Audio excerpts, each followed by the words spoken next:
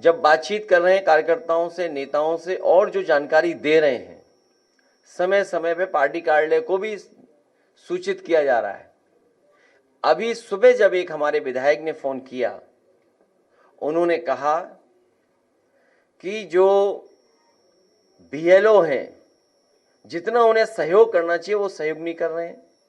एक जगह वो बैठ जाते हैं, उसके बाद वो उन्हें ढूंढिए आप लोग, तब मिलेंगे, नहीं मिलेंगे।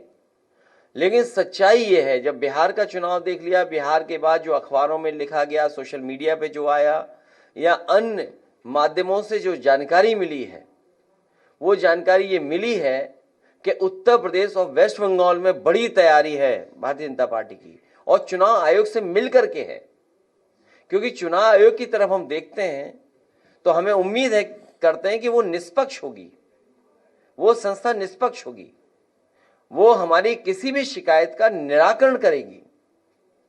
लेकिन सुनने में आ रहा है कि 2024 की हार के बाद सबसे ज्यादा भारतीय जनता पार्टी और चुनाव आयोग फोकस कर रहा है वेस्ट बंगाल पर और उत्तर प्रदेश पर, अन्य स्टेटों पे भी जहां पर बीजेपी की सरकार नहीं है, उदाहरण के लिए तमिलनाडु जहां चुनाव आने वाला है।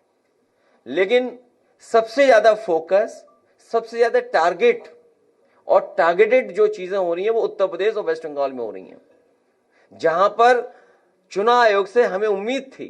अगर आपको याद हो पत्रकार साथियों, कोई चीज ऐसी नहीं जो हम लोग कह रहे हो आउट ऑफ वे जाके कह रहे हो।